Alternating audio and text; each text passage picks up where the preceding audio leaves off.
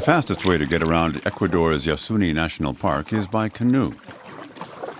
Giovanni Rivadeneira takes visitors to see its rich natural beauty.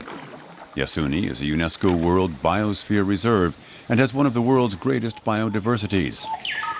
Rivadeneira is a great believer in ecotourism. Ecotourism is extremely important because it does no harm. We protect nature, and by doing so, we preserve it for the generation to come. That's why ecotourism is so important to our village and many others as well. Ecuador has already tapped oil reserves under the park. But production is to be halted in an area called Yasuni ITT, named for the 3 oil fields beneath it.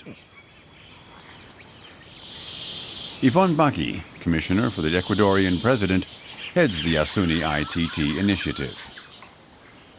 What we are preserving is the place that has the highest biodiversity, and it has 2 indigenous communities in voluntary isolation.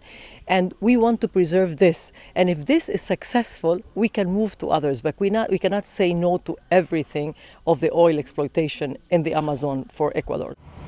The oil companies are eyeing the park closely. 20% of Ecuador's oil reserves lie under Yasuni. And drilling licenses were granted decades ago that would allow exploration at 5 spots. Alonso Jaramillo, the park's former director, is very worried. The new infrastructure not only makes it possible to exploit the oil, but the other natural resources too.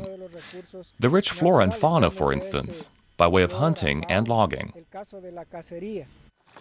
Ecuador is asking for compensation for the oil revenues it will never see, 2.7 billion euros, or 50% of the total potential revenues. Yvonne Baki says leaving the oil in the ground would send a signal to the world. Stop taking everything from it. We need to stop the greed of having more and more and more. There should be a place, and several places in the world, that should be kept because of the richness of it. And one of those is the Yasuni. Ecuador is Latin America's second poorest country. Its choice is between oil production and environmental protection.